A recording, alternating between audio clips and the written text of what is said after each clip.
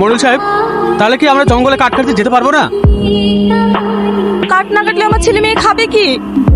মোড়ল সাহেব, এর থেকে বাঁচার কি আমাদের কোনো উপায় নেই? উপায় একটাই আছে, প্রতিদিন একে একে মরার থেকে তোমরা সবাইকে একসাথে মরতে পারবে। মোড়ল সাহেব, একসঙ্গে মরবো মানে?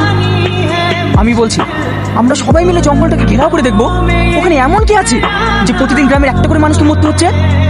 মোড়ল সাহেব, জঙ্গলে কোনো ভূত ভূত নেই তো? আমার ওটাই সন্দেহ হয়েছে। কি আছে সেটাই তো আমাদের খুঁজে বার করতে হবে। তোমরা সবাই প্রস্তুত হও, আমরা কালকে জঙ্গলে হানা দেবো। ঠিক আছে বড়। তোরা এখানে বসে আছিস, সূর্য কই? দেখা পাকে কোনো মেয়ের সাথে ঘুরে বেড়াচ্ছে। তাই হবে।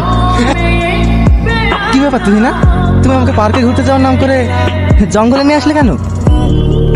পার্কে তো সবাই ঘুরতে যায়, আমরা না হয় একটু আলাদা সময় কাটানোর জন্য এখানে আসলাম। তুই না, একটা কথা বলবো? তুমি রিয়াজকে বলে এত তাড়াতাড়ি আমাকে আপন করে নেবে, এটা আমি স্বপ্নেও ভাবতে পারিনি। রিয়াজ তো আমার বন্ধু, আর ভালোবাসা কি টাইম থেকে হয় নাকি? আজ তোমাকে একটা সারপ্রাইজ দেবো বলে জঙ্গলে নিয়ে এসেছি, তার আগে তুমি চোখটা বন্ধ করো। আচ্ছা, চোখটা বন্ধ করলে সারপ্রাইজটা দেখবো কিভাবে? একটুখানি চোখটা বন্ধ করো, তাহলে সারপ্রাইজটা দেখতে পাবে। আচ্ছা ঠিক আছে, এই না বন্ধ করলাম।